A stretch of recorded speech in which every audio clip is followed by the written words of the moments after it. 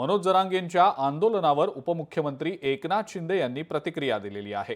कोणतंही संकट मुंबईत येणार नाही, पोलिसांनी पूर्णपणे खबरदारी घेतलेली आहे, गणेशोत्सवामध्ये कोणतीही गैरसोय होणार नाही, असं एकनाथ शिंदे यांनी म्हटलंय।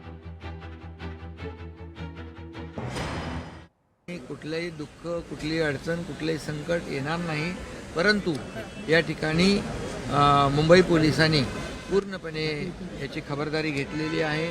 सुरक्षा, कायदा सुव्यवस्था चोखपणे जी काही ठेवण्याची जबाबदारी राज्य शासनाची आहे।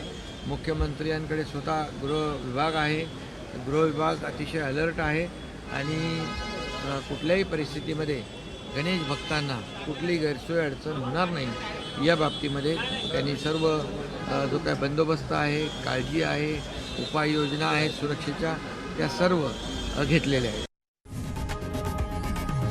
लोकशाही मराठी ऐका, पहा, जागरूक रहा।